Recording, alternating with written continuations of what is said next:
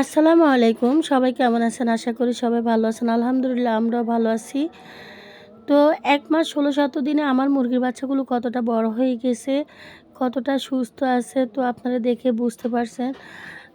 তবে ২ মাস হওয়ার আগে এরা কিন্তু মনে হচ্ছে অনেক বড় হয়ে যাবে। মুরগির বাচ্চা পালন করাটা অনেক কঠিন আবার অনেক সহজ।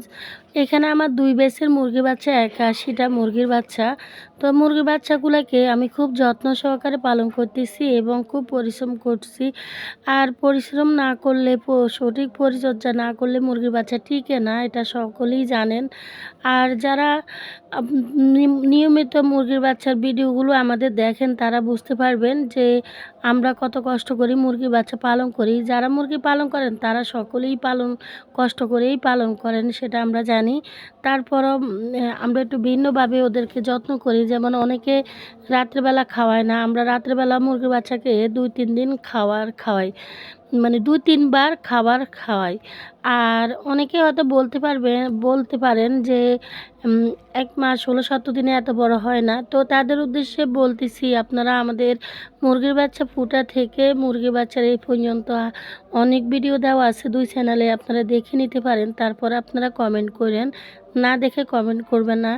কারণ আমরা মুরগির বাচ্চা খুবই যত্ন সহকারে পালন করি, অনেক পরিশ্রম করি। আর পরিশ্রম করলে কোনো জিনিসে বিফলে যায় না।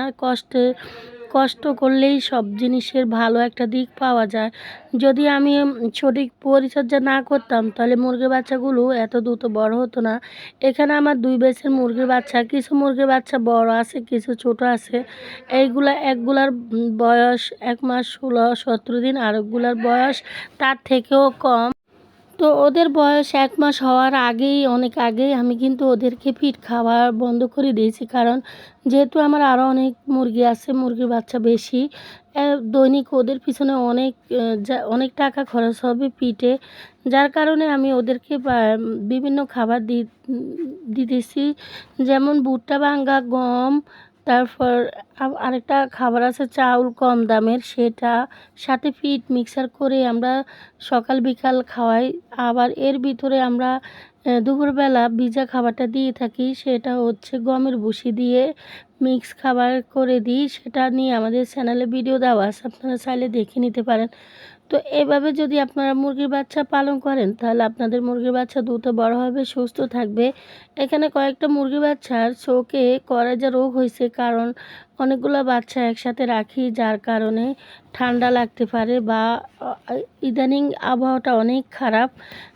অনেকগুলা বাচ্চা সেদিন আমার বৃষ্টিতে ভিজে গেছে, যার কারণে ঠান্ডা লেগে গেছে। তো এগুলার চিকিৎসা করতেছি, আলহামদুলিল্লাহ ওরা সুস্থের দিকে আছে। তো ওষুধ আমি ওদেরকে প্রাকৃতিক চিকিৎসাটা করে থাকি আর দিয়ে থাকি রেনোভা আর হিস্টাসিন ট্যাবলেটটা। যদিও এটা মানুষের ওষুধ, এটা বর্তমানে সকল বড় বড় খামারিরাও খাইয়ে থাকে। তবে আমরা আমাদের অভিজ্ঞতা থেকে এই ওষুধ দুটো খাওয়াই বা আরও ওষুধ আছে সেসব মানুষের ওষুধই খাওয়াই। বাচ্চাদের ঠান্ডাজনিত যে ওষুধগুলো মানুষে খাওয়ায় সেগুলোই খাওয়াই, কারণ বর্তমানে এই ওষুধ ছাড়া মুরগি পালন করা অসম্ভব। এই ওষুধ দিয়ে বড় বড় খামারিরা কিন্তু ওনারাও পালন করে থাকেন। তবে লাইসিবিট আর মাইক্রোনিট এগুলোও দেওয়া যায়। তবে আমাদের যেহেতু মুরগি বেশি, তাহলে আমরা ওইসব ওষুধ ব্যবহার কম করি, যেটা মানে অনেক দামের সাথে পালন করার সাথে তাহলে কিন্তু মিলে না, অ্যাকুরেট হয় না, অনেকটা লস হয়ে যায়।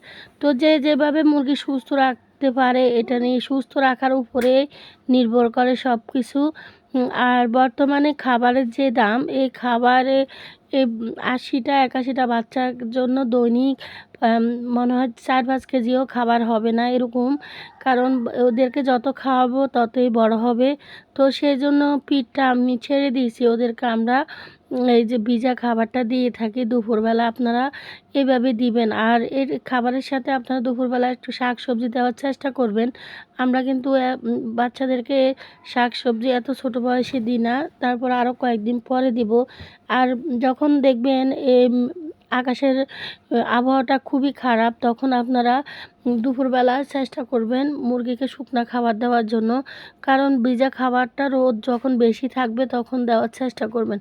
তো এভাবে পরিশ্রম করলে মুরগির বাচ্চা সুস্থ থাকবে, দ্রুত বড় হবে। আর প্রাকৃতিক চিকিৎসাটা অবশ্যই আপনারা করবেন। আপনারা সপ্তাহে ৩ দিন করে আদা, রসুন, পেঁয়াজ এগুলা দেওয়ার চেষ্টা করবেন। তো আজকের ভিডিওতে আমি আলোচনা করছি কত দ্রুত আমি আমার মুরগির বাচ্চাগুলোকে বড় করছি। তো আশা করি আপনারা উপকৃত হবেন। আল্লাহ হাফেজ। আসসালামু আলাইকুম।